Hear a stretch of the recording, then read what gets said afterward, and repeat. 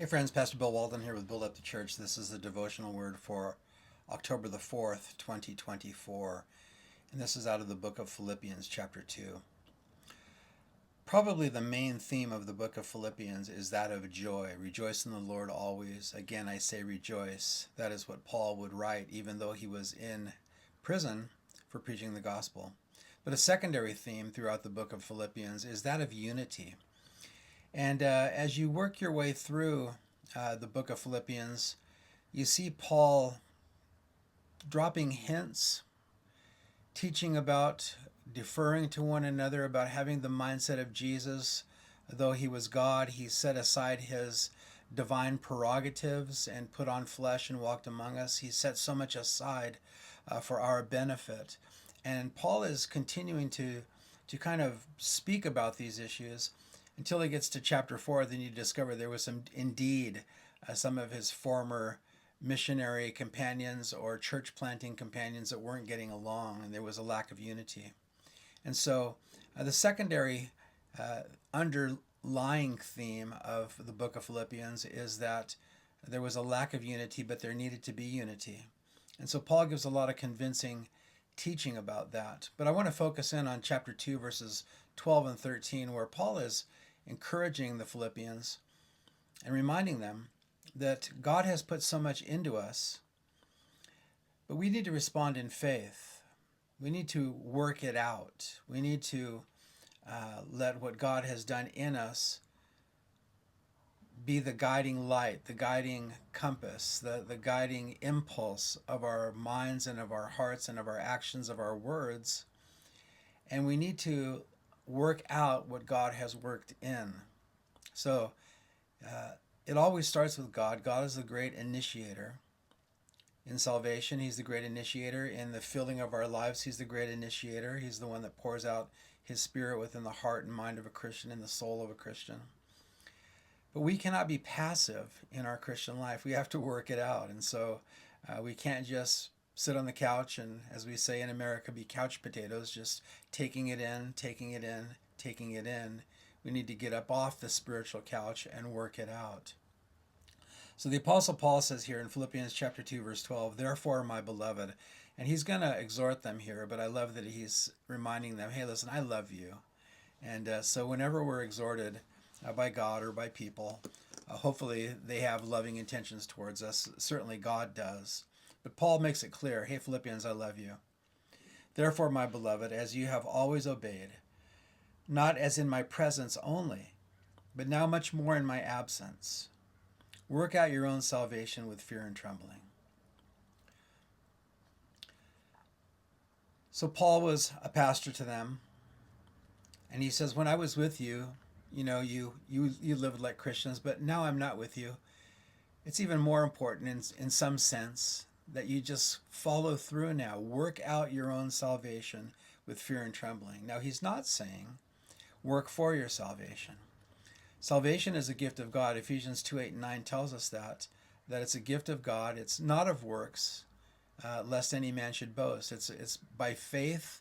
We believe in Jesus Christ, God's gracious offer to mankind to be forgiven if we will put our faith in Jesus, accept his death as the substitute for the penalty that we deserved, and we can't take any credit for that. So Paul says clearly in the book of Ephesians that salvation is a gift. So Paul here in Philippians 2 is not saying work for your salvation. He's saying God has granted to you salvation and he's made a change in you. But once again, you can't be passive. He hasn't done this work in you so that you can just sit there and fret when things don't work out. Now let's think about unity, because that's one of the secondary themes of Philippians. If God has deposited his spirit in you, and he has if you're a Christian, and there's some people that you're not getting along with, they're not getting along with you, and Christians have disagreements, and sometimes we're not totally loving with each other, and we disagree, and we can be unkind. But God hasn't worked those things in you. He's put love in you, and he's put consideration in you, and he's put a mindfulness that when we were enemies of God, Christ died for us. So can't we love our fellow Christian brother or sister? So he's worked those things into you. The Spirit is urging you in that direction. But this is where you have to work out your salvation with fear and trembling. You have to surrender to that godly impulse. You can't just sit on the couch and say, God change me, God change me. He would say, I already have. Now follow through with what I've done.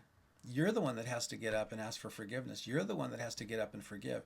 You're the one that has to get up and do a kind act of love or consideration. You're the one that has to die to yourself. So God works that into us, but we have to work it out. This is where I see in my pastoral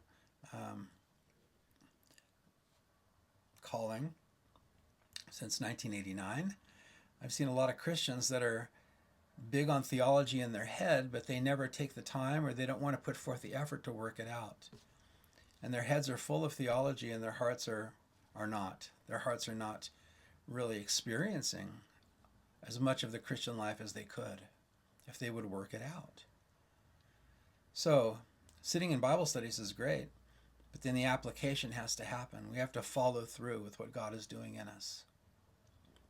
We can't do it ourselves. We can't do it in a Jesus fashion ourselves. We need Jesus to do it in us first, but then he wants to do it through us, and that's where we have to be willing participants. So, therefore, my beloved, as you have always obeyed, not as in my presence only, but now much more in my absence, work out your salvation with fear and trembling. A fear of what might happen if you don't work it out. A trembling of a kind of, I think Kenneth Wiest in his commentary says, it means to have a cautious self-distrust. That if I harbor unforgiveness, if I harbor selfishness, if I harbor a lack of love and, wanting to get my way all the time, I need to be fearful about what kind of person I'm going to turn out to be and how that could affect others. He says, after he says, work out your salvation with fear and trembling, he says in verse 13, for it's God who works in you both to will and to do of his good pleasure.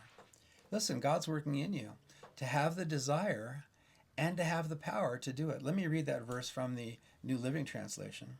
For God is working in you, giving you the desire and the power to do what pleases him. So when there is that person that has offended you and God is reminding you to forgive him, to forgive her, that's from him. And then you say, oh Lord, I don't know if I can do it. And God would say, of course you can do it. I'm working in you to give you the desire and the power to do it. But you have to work it out. So dear brother, dear sister in Christ, God's always working things in, but we have to work it out. We have to follow through and surrender to his impulses and depend on his power to do those things. So some things to think about. Thanks for watching.